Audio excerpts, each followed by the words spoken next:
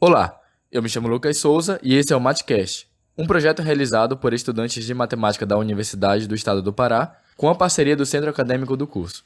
O nosso propósito é apresentar assuntos que sejam interessantes e relevantes para estudantes de licenciatura, profissionais da educação ou pessoas que estejam interessadas pelo tema.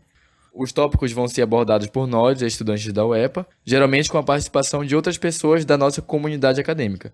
A nossa intenção é dialogar com pessoas que entendam dos assuntos que a gente vai discutir.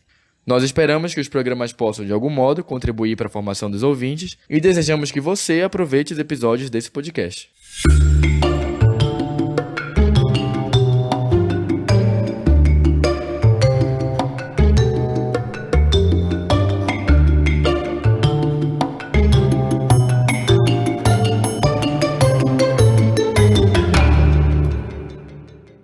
É praticamente impossível não saber o que é o Enem hoje em dia no Brasil. Se você nunca ouviu aquela musiquinha na TV, ou nunca fez o exame, ou nem leu a respeito, pelo menos deve conhecer alguém que já fez a prova alguma vez. Pois é, não tem que ser professor ou estudante para saber que essa é uma prova bem importante no nosso país. Por causa disso, a gente tem que conhecer bem o Exame Nacional do Ensino Médio. É claro que a maioria das pessoas só tem que saber o básico sobre a prova, mas se você trabalha ou pretende trabalhar com o exame, ou até mesmo se quer realizar ele, tem muita coisa que tem que saber e é sobre isso que a gente vai falar hoje. Entrei pra faculdade com o Enem. Uma porta que abre, outra porta que abre, outra porta que abre outras portas. Esse futuro já é meu também. O Exame Nacional do Ensino Médio é uma prova formulada pelo MEC, o Ministério da Educação, e cujo objetivo inicial era avaliar a qualidade do ensino médio no Brasil. Mas com o passar dos anos, o exame passou a se consolidar como uma das principais formas de ingresso ao ensino superior no país. A prova é realizada pelo INEP e, na sua primeira edição, que aconteceu em 1998, o exame contou com cerca de 150 mil inscritos e 115 mil participantes. Apesar de não ser um número muito expressivo, essa realidade mudou bastante com o passar dos anos e o Enem chegou a um número aproximado de 8,7 milhões de inscritos em 2014.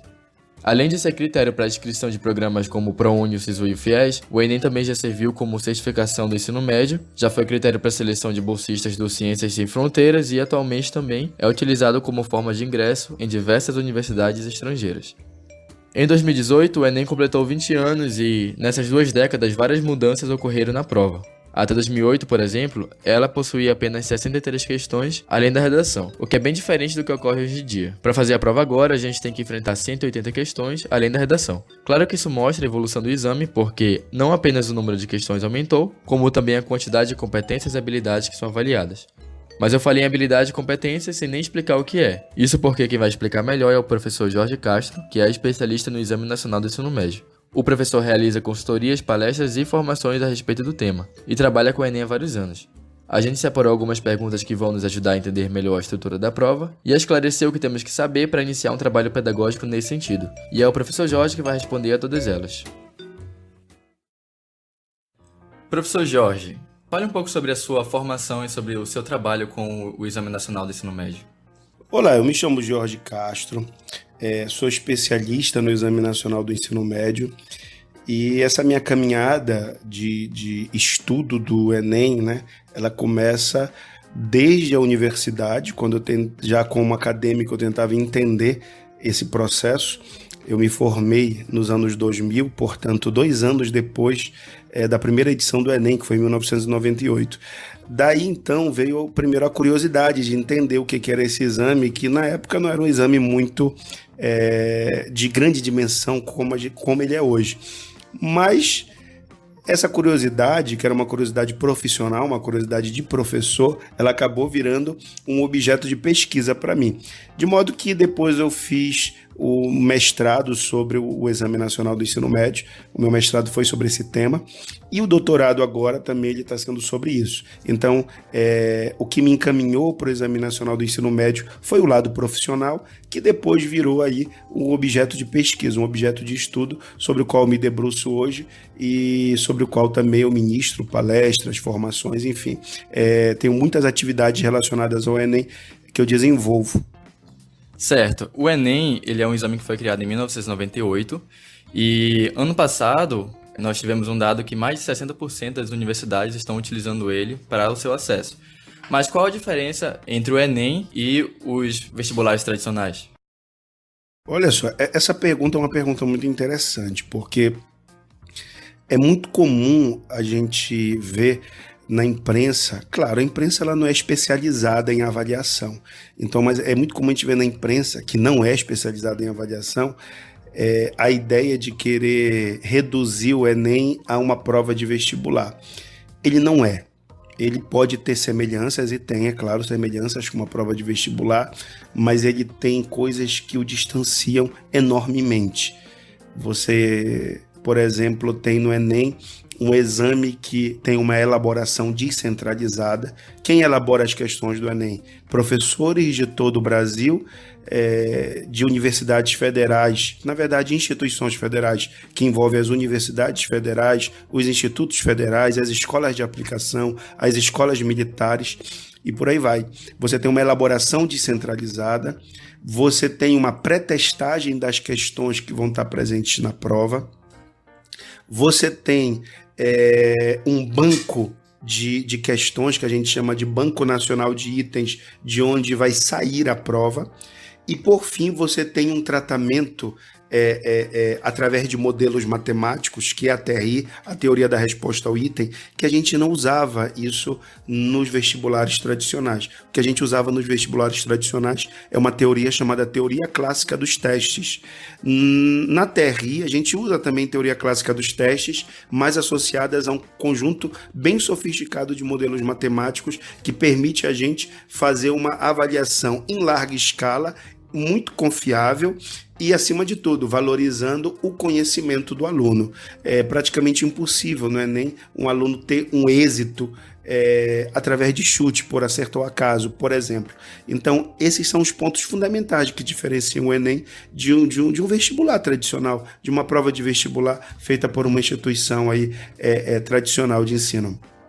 E o Enem é muito diferente dos sistemas de avaliação internacional?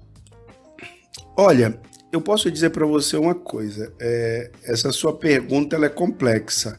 Eu vou tentar ser sintético, porque a resposta dela é muito longa.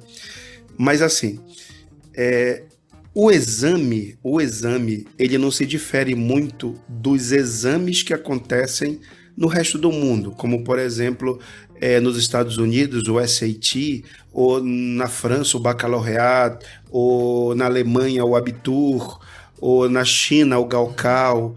Na Espanha a gente tem o que a gente chama de PAU, que é a Prueba de Admissão à Universidade. Então, o exame, ele é muito parecido com esses daí.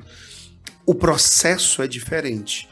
No Brasil, o processo é o exame, o processo é só isso, é só a prova. Nos Estados Unidos, não é só o exame, nem na França, nem na Alemanha. É avaliado o histórico escolar do aluno, é avaliado a participação do aluno em práticas esportivas, é avaliado a participação do aluno em trabalho voluntário, ou seja, você tenta traçar um perfil de candidato para uma instituição de ensino superior, onde o teste é só mais uma componente. E no Brasil é só o teste. Então, assim, o teste ele não se diferencia dos demais testes, mas o nosso processo de admissão para o ensino superior, ele se diferencia enormemente de outros processos pelo mundo. Ele se assemelha mais com o chinês. O chinês, o Gaokao, ele é mais centrado também na nota do teste. Porque para muita gente é em larga escala, né? Então, eles não têm como fazer um processo mais criterioso, como é feito na Alemanha, como é feito na França, como é feito na Espanha e também nos Estados Unidos. O Gaokao é o maior exame de avaliação do mundo, ou estou errado? Olha, há controvérsias quanto a isso. É o seguinte, em número de participantes ele é o maior. Ele chega a ter quase 11 milhões de participantes todo ano, fica entre 10 e 11 milhões aí. Só que tem um problema. Essas pessoas, aí vamos colocar 10 milhões de pessoas, vamos arredondar então, para 10 milhões. Essas 10 milhões de pessoas, elas não fazem todas a mesma prova. Na China, existe um conjunto de províncias que faz um Gaokao, outro conjunto que faz outro Gaokao, outro conjunto que faz outro Gaokao. Então, a gente pode dizer que o Enem, como prova única, ele é o maior exame do mundo de ensino médio, como prova única. em que o conjunto de participantes, o número do conjunto de participantes que se submete ao mesmo instrumento é o maior que tem. Então, o Gaokao é maior em número de pessoas que participam dele, mas não maior no número de pessoas que fazem o mesmo instrumento de avaliação, que fazem o mesmo teste, porque, como eu disse, esses testes são por região. A China é muito grande, então eles não fazem o mesmo teste para todas as regiões. E isso faz com que o Gaokao não seja o maior do mundo, sob um certo ponto de vista. Aí o Enem ganha dele. O ano de 2009 ele foi um marco pro exame. Houveram mudanças na estrutura da prova e como ela é realizada. Como esse exame acontecia antes desse ano e como ele é estruturado atualmente? Olha só, de 1998 até 2008, nós tínhamos um exame que era constituído de 63 questões e que avaliava 3 áreas de conhecimento. A TRI ela ainda não fazia parte disso, pelo menos não na nota do aluno. A nota era uma nota única, inclusive, era uma escala de 0 a 100. Era uma nota única. Então, o Enem, entre 98 e 2008, avaliava 5 competências somente, e 21 habilidades, numa prova de 63 questões. Era uma versão muito reduzida do que a gente tem hoje. A partir de 2009, o Enem passa a ser esse grande exame, com 180 questões, um exame que envolve 4 áreas de conhecimento e não mais 3. Alguém pode ficar curioso, e qual foi a área que entrou? Matemática. Matemática não era uma área de conhecimento. Matemática, ela compunha uma área junto com ciências da natureza. E aí matemática ganha independência e vira uma área de conhecimento. Bem, esse exame de 180 questões, com 4 áreas de conhecimento, passa a avaliar não mais só 5 competências, mas 30 competências. Não mais somente 21 habilidades, mas 120 habilidades. Então, você tem toda a razão quando diz que 2009 foi um marco. Realmente foi um marco que determina uma mudança na estrutura, uma mudança no modelo de prova assim, profunda. Foi a mudança mais profunda que o Enem já sofreu. Ao longo desses 21 anos, de 98 aqui até 2019, o Enem sempre mudou alguma coisa. Todo ano se modifica alguma coisa. Mas nunca houve uma mudança tão profunda quanto essa. Aponto até a próxima mudança profunda que ele vai sofrer. Vai ter, eu chamo isso aí, o Enem já a terceira geração. Vai ser o novo Enem, que vai ser por conta da BNCC. Por conta do alinhamento com a BNCC, e a gente vai ter uma mudança ainda muito grande na matriz de referência, nas habilidades avaliadas, na estrutura da prova, mas isso a gente ainda está por ver, né? Eu estou antecipando. Quando a gente fala da prova, a gente fala muito em habilidades e competências. Então, acredito que seja um termo que seja importante para um professor conhecer e saber o que é. O que seriam essas habilidades e essas competências? Olha, antes de responder essa pergunta, eu preciso dizer que esse é um termo polissêmico. Ou seja, você pode encontrar várias definições diferentes sobre este termo em autores da área de educação. Autores da própria área de educação, eles vão ter definições diferentes sobre esse termo. Então, ele tem uma polissemia assim, muito grande.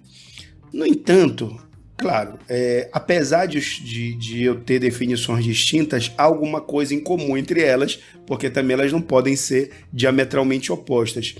E há uma coisa em comum quando a gente vai procurar aí um conceito sobre competência. A competência tem a ver com mobilização de conhecimento. Pronto. Há quem diga que essa mobilização de conhecimento é a partir de uma estrutura cognitiva que o aluno tem que se desenvolver.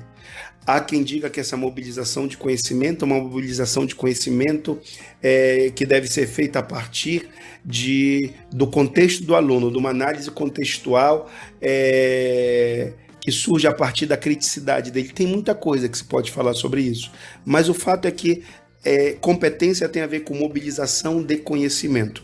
E eu gosto até de desfazer aqui uma coisa que eu ouço. que os professores dizem que não interessa mais conteúdo, que agora é só competência e habilidade. A gente ouve esse papo. Isso não é verdade. O conteúdo, o conhecimento, ele é importante. Mas mais importante que somente ele, é importante a capacidade do aluno mobilizar isso para uma finalidade prática. Então, essa pedagogia das competências, é assim que a gente chama, pedagogia das competências, ela foi inaugurada pelo Philippe Perrenot, e ela permeia todos os documentos oficiais brasileiros desde o PCN. Desde o PCN de meados da década de 90 até a Base Nacional Curricular Comum. Esse termo está presente lá, o trabalho no desenvolvimento de competências e habilidades. Então, a competência é uma mobilização de conhecimento para uma finalidade específica, e a habilidade é aquilo que está relacionado à competência e tem a mesma definição que ela, seria a mobilização de conhecimento numa escala menor. Para dar um exemplo prático, eu sempre costumo dizer assim, um moveleiro ele pode ter a competência de fazer um móvel. Ok, isso é uma competência, isso requer uma mobilização de conhecimento. Quando ele vai se propor a fazer uma mesa, um armário, ele tem que mobilizar conhecimento para aquilo. Ele tem que saber como ele começa e como ele termina. E ele tem que saber todas as etapas, desde o início até o fim.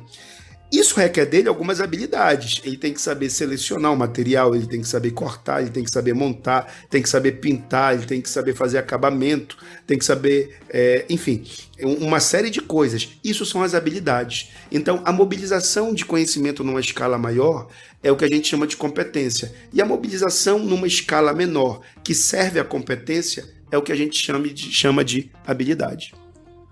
E em relação aos itens, as questões da prova do Enem, elas são chamadas de itens.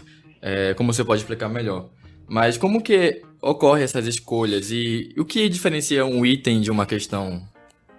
Olha só, a palavra item ela foi incorporada pela teoria que a gente usa na hora de analisar o conjunto de resposta dos alunos, a teoria de resposta ao item. Mas não tem nenhum problema falar questão, até porque eu sempre brinco com isso. O que vem escrito na prova do Enem é questão 1, questão 2, questão 3, não vem escrito item 1, item 2, item 3. Então, assim,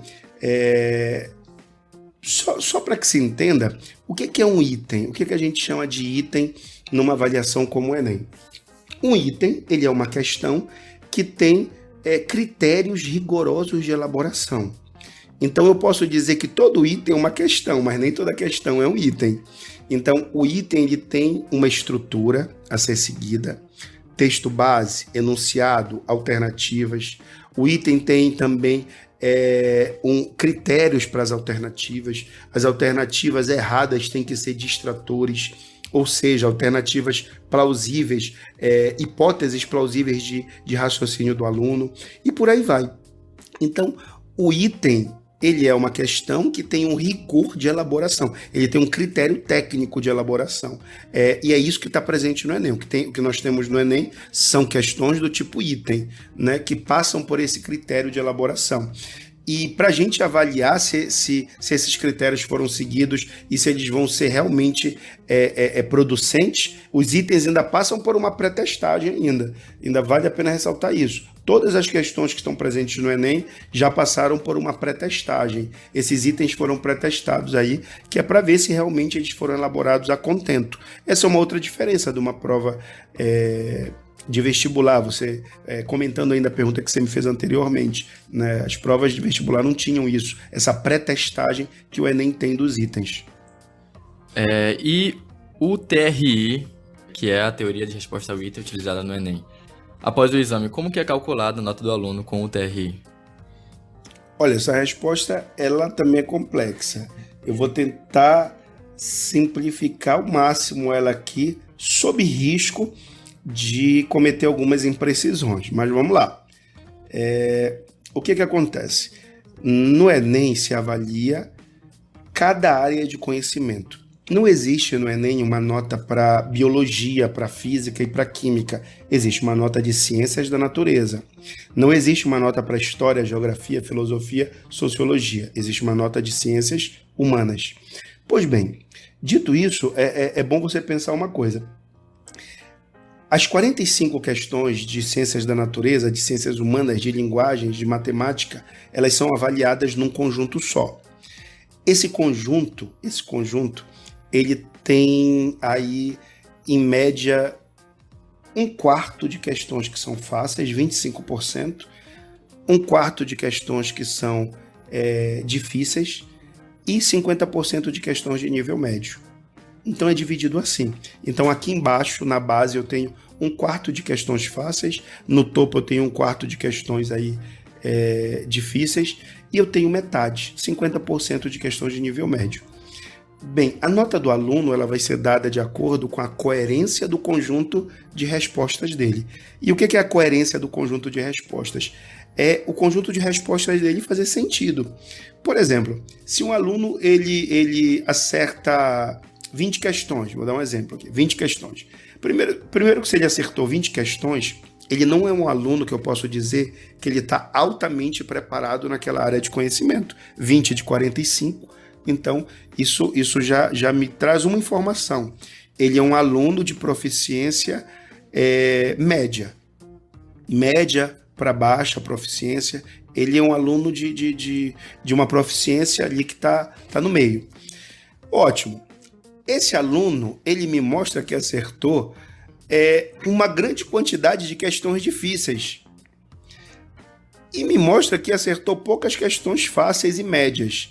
Isso é incoerente, tendo em vista o conjunto o número de acertos total dele. Ele tinha 20 acertos. Ele já me mostra que é um aluno de média proficiência. Acerta muita questão difícil. Acerta pouca questão fácil e média. Sabe o que vai acontecer? O sistema interpreta isso como acerto ao acaso e acaba enquadrando ele num perfil de nota abaixo. Então, há perfis de nota. Se você me perguntar, Jorge, para 20 acertos, eu tenho um intervalo de notas? Tem um intervalo de notas. Um intervalo que vai ter uma nota mínima para esse número de acertos e uma nota máxima. E o aluno é enquadrado nesse intervalo mais próximo da nota máxima, quanto maior for a coerência das respostas dele. E mais abaixo, quanto menor for a coerência das respostas dele. É mais ou menos, a grosso modo, assim que funciona a TRI, a teoria da resposta ao item.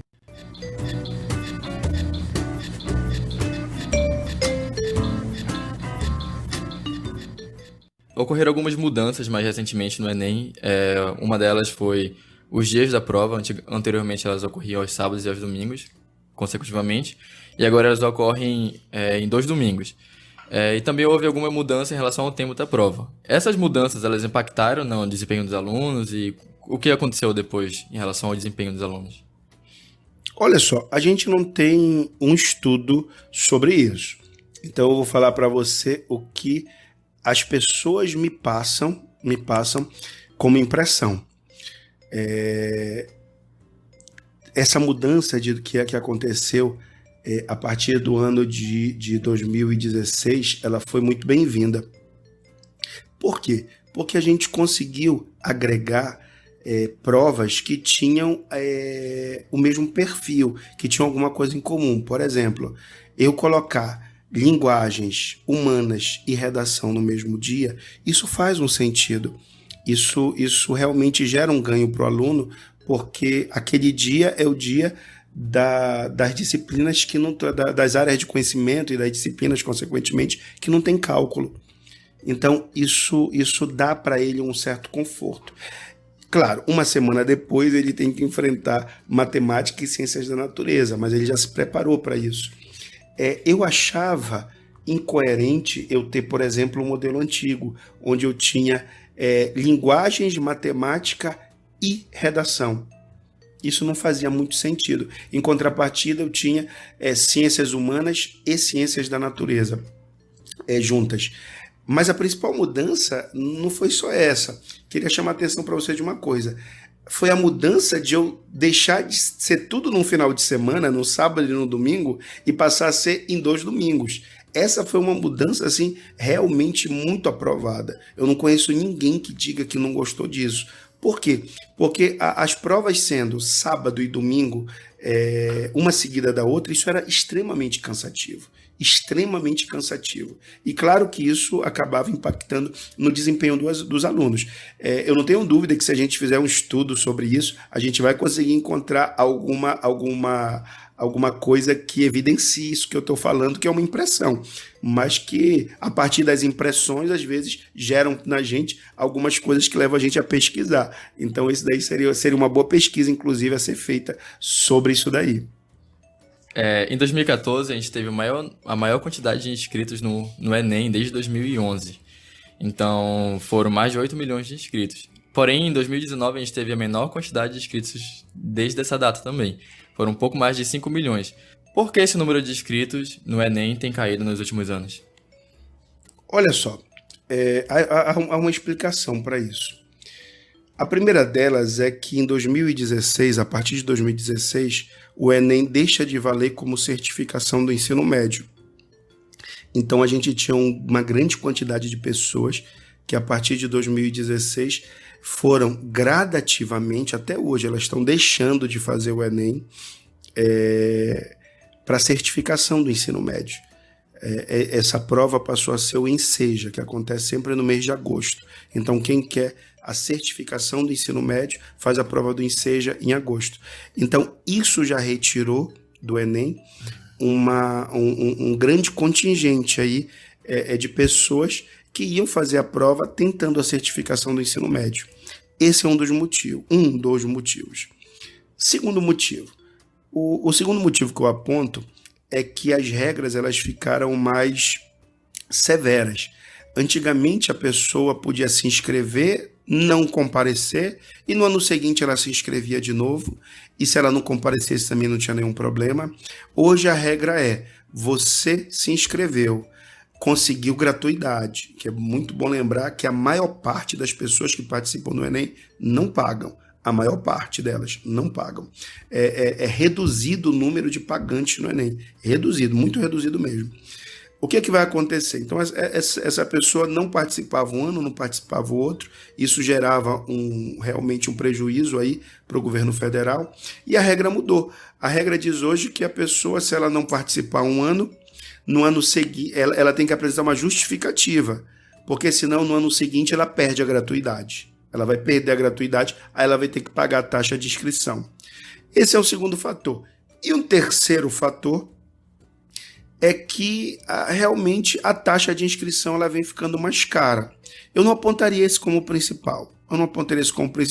Mas também eu não posso deixar de dizer que no momento de crise, no momento em que a gente tem aí a situação econômica de tantas famílias abaladas, eu não posso deixar de dizer que isso daí é um fator que realmente pode ter alguma implicação. Eu não acho que ele é o determinante, mas eu acho que ele participa aí dessa redução. É interessante que o ano de 2018, embora tenha tido um número menor de inscritos, também foi um ano com um número bem reduzido de faltantes, né? Esses fatores que você apontou, eles estão relacionados a isso. Mas o senhor acha que o Enem tem se tornado um exame mais conteudista? Olha, isso é muito que a imprensa fala, né? Eu não concordo com isso. Eu acho que ele é um exame que tem se aprimorado. E o que significa ter se aprimorado? O que ele exige do aluno de mobilização de conhecimento hoje é mais profundo do que ele exigia de mobilização de conhecimento quando ele começou em 2009 e 2010. Então eu acho que ele se aprimorou. As provas continuam sendo contextualizadas, elas tentam em algum momento ser interdisciplinares, elas conseguem mais isso em humanas, em linguagens e nada em matemática e nada em ciências da natureza, mas eu acredito isso. No aprimoramento, hoje se exige uma mobilização de conhecimento mais profunda do que se exigia antes. E aí a gente chama isso de conteudismo. Não é verdade. Conteudismo é o conteúdo pelo conteúdo. É o conteúdo sem nenhum significado, sem nenhuma contextualização, sem a necessidade de você mobilizar ele para nenhuma finalidade prática. Então, eu sempre digo isso. Há de se conceituar o que é conteudismo para poder classificar o Enem como conteudista ou não. Muitos professores e muitas escolas estão se aproveitando do Enem para fazer um trabalho pedagógico voltado para essa prova, de forma a atrair os alunos e os pais. Agora, em relação a esse trabalho pedagógico, por onde o professor que pretende trabalhar com o Enem deve começar e como ele deve fazer esse planejamento para trabalhar com esse exame, com essa prova? Olha só, a primeira coisa que eu gostaria de deixar claro é que eu não concordo com a escola transformar a matriz de referência do Enem em currículo. Isso é um equívoco. O objetivo de um aluno que está no ensino médio, ele não é somente ter êxito no Enem. Portanto, ele precisa de outras coisas que a prova não contempla, como, por exemplo, o desenvolvimento de competências sociocognitivas, ou então se chama muito hoje de competência não cognitiva também. Capacidade de trabalhar em equipe, uma palavra que hoje está muito, mas muito mesmo na moda, né? Não é perseverança, tá me fugindo aqui a palavra, mas ela tá resiliência, a capacidade de ser resiliente, a capacidade de trabalhar em equipe, a capacidade de desenvolver projetos. Então, isso é uma coisa que a prova do Enem não avalia, mas é uma necessidade para a vida da pessoa, inclusive para a inserção dela no mundo do trabalho. Então, eu gostaria de começar a responder essa pergunta dizendo que as escolas não podem fazer do Enem, da matriz de referência do Enem, o currículo delas, porque isso é muito pouco. No entanto, eu entendo que a escola também tem que contemplar essa dimensão, porque é uma dimensão que o aluno ele tem expectativa sobre ela, de ser preparado para a prova, a família tem expectativa sobre ela. E nesse ponto, como fazer um bom trabalho? O primeiro é compreender o processo, compreender o exame. O que a gente nota é que há muito desconhecimento sobre esse exame, muito desconhecimento. O Enem, apesar de ter aí 21 anos desde o início, a nova versão dele completou 10, né? 2019, 2009, a gente tem 10 anos. Ainda há muito desconhecimento sobre o processo. As pessoas não conhecem ainda como funciona, o que é isso, tudo que você me perguntou. As competências, habilidades, a TRI, como é que isso funciona, o que é a matriz de referência, o que é um item. Então, esse desconhecimento, ele faz com que a gente acabe não preparando o aluno da maneira mais adequada. Então, o primeiro passo é entender o processo. O segundo passo, a partir da compreensão do processo, é planejar ações. Então, esse planejamento de ações, ele passa pelo planejamento da aula, ele passa pelo planejamento do projeto que vai ser desenvolvido na escola, ele passa pelo planejamento dos eventos que a gente vai ter, do material didático selecionado e por aí vai. Mas tudo parte de uma coisa, da compreensão do processo. Existe um ditado americano que diz que não adianta muito a velocidade do vento e se você tem bons remadores, se você não sabe em que direção você quer seguir. É mais ou menos isso. Não adianta você ter muito aparato técnico, muita tecnologia, muito material disponível, professores altamente capacitados, se você não souber exatamente o que você pretende com os alunos. E se for preparar para o Enem, tem que ser o desenvolvimento das habilidades da matriz de referência, as 120 habilidades que constam nesse documento. Certo. Existe algum hábito que tem que ser trabalhado, desenvolvido ou deixado para trás quando você vai ensinar para o Enem? Olha, eu acho que eu não diria que tem que ser abandonado, eu diria que tem outros que têm que ser incorporados. Eu não diria que o professor tem que abandonar algum hábito, e sim ressignificar alguns, incorporar outros, que é justamente isso. Entender que o conteúdo ele não é o fim do processo e que principalmente uma coisa, a gente não desenvolve habilidades mostrando como as coisas são para os alunos.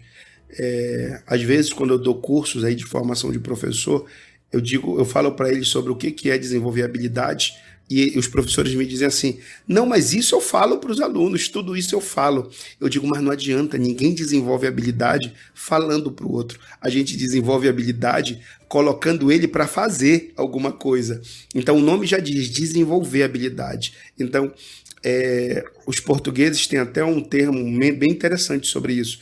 Em Portugal, o professor tem uma outra denominação que ele recebe, ele se chama de desenvolvimentista humano, que é um nome bonito, né? Desenvolvimentista humano, porque ele desenvolve o outro, né? Então, as habilidades são nessa perspectiva, a gente desenvolve nos alunos essas habilidades, mas isso a partir de coisas que a gente vai colocando eles para fazer. O problema é que o ensino conteudista, esse sim, é centrado no conteúdo e no professor. Aí esse é um problema para a gente.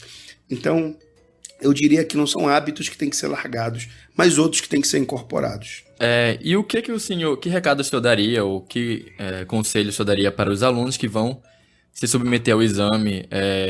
O que deve ser observado para esses alunos, ou o que deve ser, que hábitos devem ser desenvolvidos por eles? Olha, essa é a parte mais difícil. Aconselhar os alunos é sempre muito difícil, porque assim, numa prova que tem 5 milhões de pessoas, a gente tem todo o perfil de aluno possível. A gente tem aluno das classes mais abastadas, até infelizmente aqueles alunos das classes mais desfavorecidas. A gente tem alunos de escola pública, de escola privada, de área urbana, de área rural. Enfim, então não existe uma bala de prata, um conselho único. Um conselho único, assim, que sirva para todo mundo. Mas confie nos seus professores, seja disciplinado. E quando eu digo disciplinado, não é aquela pessoa que obedece tudo que o professor diz, que aceita calado. A disciplina no sentido de ser organizado, de organizar. Se você trabalha e estuda, ok, separa um tempo do teu horário livre para estudar. Quanto der, 1 hora e meia, mas cumpra aquilo. Se você não trabalha e estuda de manhã e tem o resto da tarde para estudar, separe ali um horário de estudo. Separe. Lembre-se que matemática, ela tem uma importância fundamental no Enem. A régua de matemática é muito extensa. A prova de matemática é a única que chega muito perto dos 1.000 pontos, e teve um ano até que já passou de 1.000 pontos. Né? Diferente, por exemplo, de linguagens, que a régua fica ali, a nota máxima fica em torno de 800.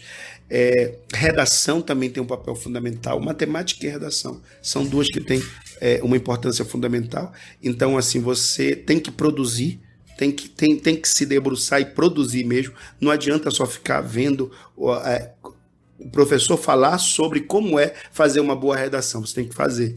Então, matemática tem um papel importante. E, claro, manter a calma.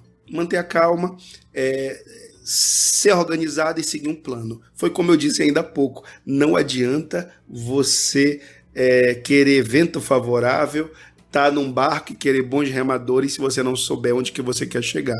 Então, o planejamento, ele é tudo nesse momento. E tentar cumpri-lo até para chegar no final do ano, chegar em novembro, né? As provas vão ser aí dia 13 e 10 de novembro. Chegar e dizer assim, olha, não deu para eu ver 30%, 20%, ou não deu para eu ver. Quando você é organizado, você consegue mapear aquilo que não deu para ver. Então, você consegue já ir para a prova de maneira mais consciente. Quando você é desorganizado, vai batendo uma angústia, vai batendo um desespero.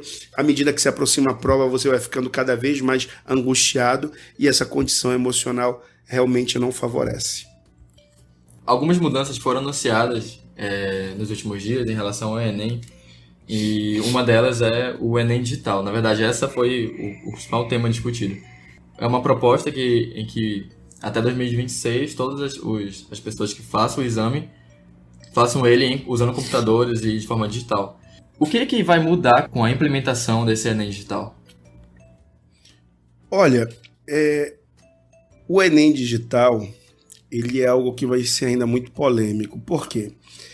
Porque ele é uma iniciativa boa, mas como tudo nesse ministério que a gente tem aí, nesse governo, ele foi feito sem uma reflexão maior sobre ele. Ele foi anunciado mais pela vontade de fazer. Você perceba, 7 em cada 10 participantes do Enem 2018, 7 em cada 10 disseram que não tem sinal de internet em casa. Tem no smartphone, mas não tem em casa. Então, a gente está aí diante de pessoas que não têm acesso à internet de uma maneira viável para fazer uma prova. Isso se eu pensar que elas vão fazer a prova em casa. Tá. Mas se eu pensar que elas vão fazer em algum lugar, em alguma universidade, em algum instituto federal, em algum lugar que realmente seja parceiro aí do governo federal. Eu não tenho onde abrigar 5 milhões de pessoas para fazer essas provas. Eu não tenho 5 milhões de máquinas. Eu não vou ter como ter 5 milhões de conexões ao mesmo tempo. Então, assim, sob o ponto de vista logístico, o Enem digital ele é inviável. Eu acho a iniciativa boa, eu acho a iniciativa interessante. Ela vai começar a partir de 2020 com 50 mil participantes. 50 mil participantes de maneira voluntária. Eles vão poder dizer que querem fazer a versão digital. Então, o primeiro problema que esbarra é o problema logístico. O segundo problema é um problema de confiabilidade. Quem vai confiar na lisura de um processo onde você sai de lá, primeiro, sem o caderno de questões. Hoje você pode sair com o caderno de questões de uma prova do Enem. Você sai da prova do Enem e você olha lá o que você marcou e depois você vê mais ou menos o que você acertou de acordo com o gabarito que vai sair, você consegue verificar seu desempenho. Numa versão digital eu entro sem nada, ou eu entro no máximo com uma folha de papel, ou vão me dar uma folha de papel para borrão, eu entro com lápis e uma borracha e saio de lá sem saber absolutamente nada, sem nenhuma coisa que comprove realmente, que me dê garantia daquilo que eu acertei ou que eu errei. Isso, para a nossa cultura, ela é muito difícil, porque a gente não tem um histórico, né, feliz, um histórico realmente de confiabilidade nesses tipos de processo. A gente não tem uma confiabilidade institucional. Portanto, eu vou ser sincero, eu acho quase que impossível isso se tornar realidade sob o ponto de vista da universalização. Dizer que até 2026 tudo vai ser digital, eu duvido muito. Eu acho que isso sempre vai ser uma opção. Eu acho que como uma alternativa, como uma possibilidade, isso pode continuar existindo. Eu acho até que é bem-vindo, pode continuar existindo pessoas que queiram fazer a versão digital, sem problema nenhum. Mas por essas duas justificativas que eu dei a você, eu não acredito na universalização até 2026. E depois que a iniciativa foi anunciada, mas ela não foi detalhada, não foi dito como vai ser feito, né? Então, dizer que vai ser feito é muito fácil. O problema é você detalhar quais as etapas desse processo. E não é assim. A gente sabe que quando lida com uma coisa tão sensível quanto o Enem, a gente não pode realmente ser leviano, não pode ser irresponsável. A gente tem que dar os passos assim de uma maneira muito, mas muito mesmo embasadas, planejadas, para que depois a gente não gere traumas para o processo. A gente não traga para o exame uma falta de confiabilidade que no início ele teve muito, inclusive. No início o Enem era um exame cuja confiabilidade era colocada em xeque a cada edição, e hoje ele ganhou mais confiabilidade, porque a gente foi aprimorando o processo. Certo, muito bem. Então, professor, fale um pouco sobre as suas atividades. O senhor ministra palestras, o senhor tem um canal no YouTube, né? Fala um pouco sobre isso. Olha só, eu acho que quando perguntam isso, geralmente a gente já está chegando no final da entrevista, né? Então, eu gostaria de agradecer primeiro a oportunidade de poder falar sobre isso, poder levar esclarecimento sobre o Exame Nacional do Ensino Médio. Como eu disse, há muito desconhecimento sobre ele. E assim, realmente eu faço palestras, faço consultorias, ministro curso sobre elaboração de itens, ministro curso para coordenadores sobre o Enem, e tenho um canal no YouTube. Ele se chama Desvendando o Enem com Jorge Castro. Desvendando o Enem com Jorge Castro. Esse canal, ele é um canal que, se você abrir ele lá, tá logo na capa dele lá, para coordenadores, professores e diretores. E por que eu fiz questão de colocar isso? Porque eu percebo uma coisa. Há muito material para o Enem, há muitos canais, há muitos vídeos para o Enem para os alunos. Conteúdo para aluno não falta, mas a gente pensa que o professor não precisa também de conteúdo para o Enem, e ele precisa, o coordenador, o professor, o diretor, eles precisam de informação. E pensando nisso, que ninguém olhava para esse público, eu criei esse canal chamando Desvendando o Enem com Jorge Castro, que é para professores, coordenadores e diretores. Então, lá eu tenho bastante vídeos falando sobre a TRI, falando sobre as mudanças que o Enem vem sofrendo. Cada coisa que acontece no Enem, eu faço um vídeo aí para fazer um comentário sobre ela. Aguardo vocês lá, se inscrevam lá no nosso canal, se puderem compartilhem com os amigos, que é muito importante a gente estar levando informação e principalmente, né, gente, informação qualificada. Numa era dessa das fake news, numa era dessa em que a gente desconfia tanto das informações, é muito importante a gente ter certeza de que a gente está principalmente consumindo informação qualificada e principalmente repassando. Muito obrigado pela sua participação. Eu espero que em algum momento futuro a gente possa ter outra conversa sobre outros aspectos do Enem e o trabalho pedagógico. E é isso, professor. Muito obrigado. Ok, me chamando eu venho aí com vocês, tá bom? Tchau, tchau, muito obrigado.